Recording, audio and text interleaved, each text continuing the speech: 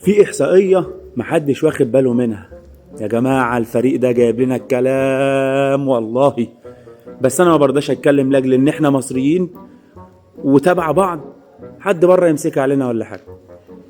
الاهلي اتهزم من اورلاندو 3 مرات في ارضه. شفت الحته دي؟ اتهزم من اورلاندو 3 مرات في ارضه.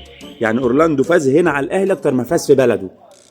يعني انت قابلته مره ما كنتش تعرفه وغفلك وخدك مره واحده وهزمك. التانية بقى صح بقى فوق بقى وديخ تاني. التالتة طيب انت مفيش دماغ في دماغك؟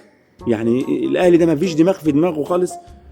الناس تقول لي 3 مرات يهزمهم دلوقتي في القاهرة هنا وانا عامل نفسي متوه وبتاع. 3 مرات يا عم. لو هتقابل اورلاندو بعد كده نقابله احنا. طيب نقابله احنا والله ما عنديش مشكلة، بس التكرار يعلم الشطار.